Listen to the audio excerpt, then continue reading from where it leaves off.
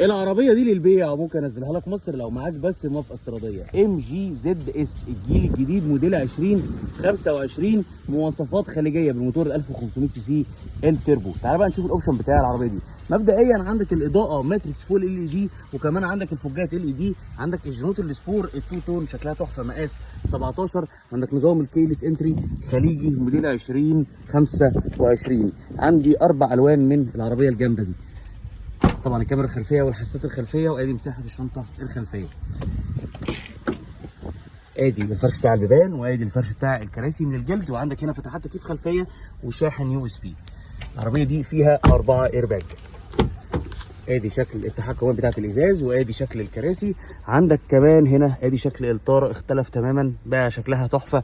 وعندك كمان العداد ديجيتال، التابلو بالكامل شكله كله اتغير. الشاشه اللي هنا، المنطقه اللي هنا طبعا كان في هنا في الجيل الجديد الزراير بتاعت مساعد النزول من المرتفعات والثبات الالكتروني، فكلهم بقوا موجودين هنا في الشاشه دي، والاوتو هولد برده معاهم.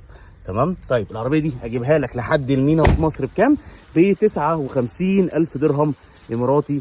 بس لو مهتم بالعربيه دي اتصل بيا على الرقم اللي موجود على الفيديو، او ابعت لي واتساب وانا اجيبها لك لحد المينا في مصر.